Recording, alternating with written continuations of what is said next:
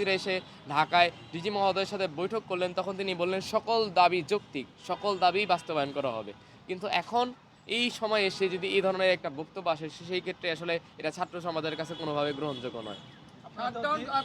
Shutdown কর্মসূচিটা শুধু ঢাকা পলিটেকনিকই পালন করছে না সারা বাংলাদেশের সবগুলো পলিটেকনিক, এর বিষয়ে একটু জানাবেন। শাটডাউন কর্মসূচি মূলত ঘোষণা করেছে কারিগরি ছাত্র আন্দোলন বাংলাদেশ।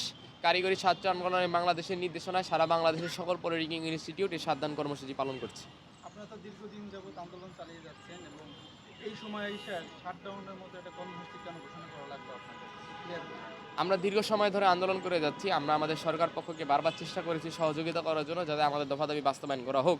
কিন্তু আসলে ৮ মাস দীর্ঘ আন্দোলন করার পরে যখন আমরা ২১ দিনের আবার সময় দেখতেছি, আবার ২১ দিনের মধ্যে ৭-৮ দিন অলরেডি অতিবাহিত হয়ে গেছে। তার মধ্যে মাত্র একটা বৈঠক দেখতেছি এবং তার ফলাফলও বা কোনো একটা প্রেস রিলিজ বা কী আলোচনা হয়েছে সেই বিষয়গুলো যখন আমাদের কাছ পর্যন্ত আসছে না বা বাস্তবায়ন আসতেছে না, তো সেই ক্ষেত্রে আসলে আমরা এই পদক্ষেপে যেতে বাধ্য হয়েছি যে জনদুর্ভোগ না এড়িয়ে আমরা আমাদের প্রতিষ্ঠান কেন্দ্রিক কী কঠোর অবস্থানে যেতে পারি। আচ্ছা, আপনাদের এই দীর্ঘদিনের এই দাবির কারণে সকল শিক্ষার্থীর লেখাপড়ার অনেক ক্ষতি হচ্ছে, এই বিষয়টা কি আপনারা মাথায় নিয়েছেন কিনা?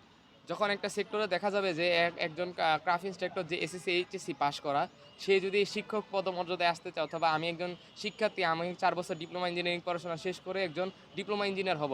একজন ডিপ্লোমা ইঞ্জিনিয়ারের যখন শিক্ষক হিসেবে একজন এসএসসি এইচএসসি পাস করা কাউকে আনার পরিকল্পনা করা হবে, তখন সেক্টরের অবশ্যই ক্ষতি হবে। তো সেই ক্ষেত্রে এখন সাময়িক যে ক্ষতি অথবা সময় ক্ষেপণ হচ্ছে, ক্লাস কার্যক্রম করা যাচ্ছে না, এই ক্ষতিগুলো আসলে আমাদেরকে প্রত্যাখ্যান করে হলেও বৃহৎ স্বার্থের জন্য আমাদের এই কর্মসূচি বজায় রাখতে হবে। কমপ্লিট শাটডাউনের পরে আপনাদের আর কোনো কর্মসূচি আসবে কিনা সে ধরনের কমপ্লিট শাটডাউনের পরে পর্যায়ক্রমে আমাদের বিভাগ ভিত্তিক যে কমিটিগুলো রয়েছে কারিগরি ছাত্র আন্দোলনে, তারা বিভাগ ভিত্তিক কর্মসূচি এমনকি ইউনিট ভিত্তিক কর্মসূচিগুলো পর্যায়ক্রমে পালিত হবে।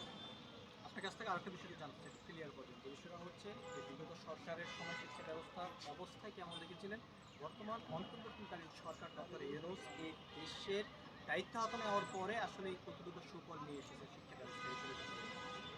আমরা যদি বিগত সরকার আমলের কারিগরি শিক্ষার অবস্থা বলি, তো সেই ক্ষেত্রে কারিগরি শিক্ষা অবস্থা ছিল খুবই নাজেহাল।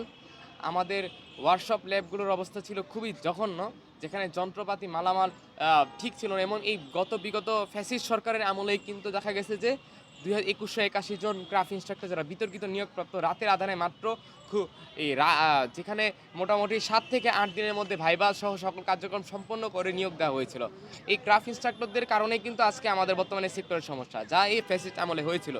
আর বর্তমান সরকারি যদি কথা বলি, doctor Mohammad Yunus sir demographic dividend সহ অন্যান্য অনেক বিষয়ে তিনি আন্তরিক এবং কাজ করতে চাচ্ছেন। কিন্তু বিষয়টা হচ্ছে আমাদের দফা দাবি যেগুলো আছে সেগুলো মাথায় রেখে যদি বর্তমান সরকার কাজ করে, তো সেই ক্ষেত্রে আমরা মনে করি যে দেশের উন্নয়ন হবে। ডেমোগ্রাফিক ডিভিডেন্ড হচ্ছে এমন একটা সময় যেখানে যে সময় একটি দেশের কর্মক্ষম জনগোষ্ঠীর সংখ্যা বেশি হয়, যেটা বাংলাদেশে এখন চলমান রয়েছে।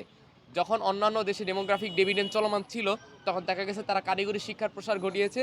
জেনারেল শিক্ষা বা অন্যান্য শিক্ষা 5 থেকে 6 বছর অথবা আরও দীর্ঘ সময় তারা চেষ্টা করেছে শিথিল রেখে কারিগরি শিক্ষার প্রসার করার জন্য। আমাদেরও সরকারের পক্ষে এই দাবিটাই থাকবে যে আপনারা এই ডেমোগ্রাফিক ডিভিডেন্ডকে মাথায় রেখে কারিগরি শিক্ষার আরও প্রসার ঘটান, কারিগরি শিক্ষাকে আরও উন্নত থেকে উন্নততর করেন এবং আমাদের সকল দফা দাবি বাস্তবায়ন করেন। ছাত্র আন্দোলনের পর কেমন শিক্ষা ব্যবস্থা আপনারা প্রত্যাশা করেছেন?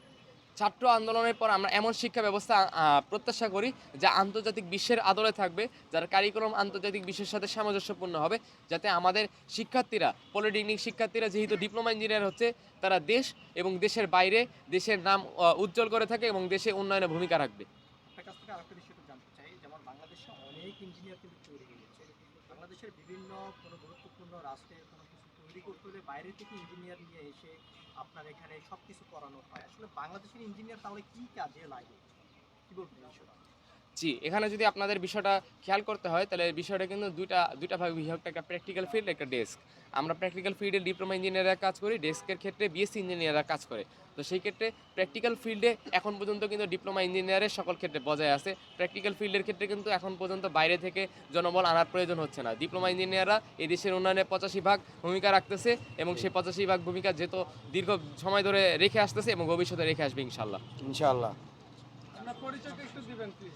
আমি মোহাম্মদ মাশফিক ইসলাম, কেন্দ্রীয় প্রতিনিধি, কারিগরি ছাত্র আন্দোলন বাংলাদেশ।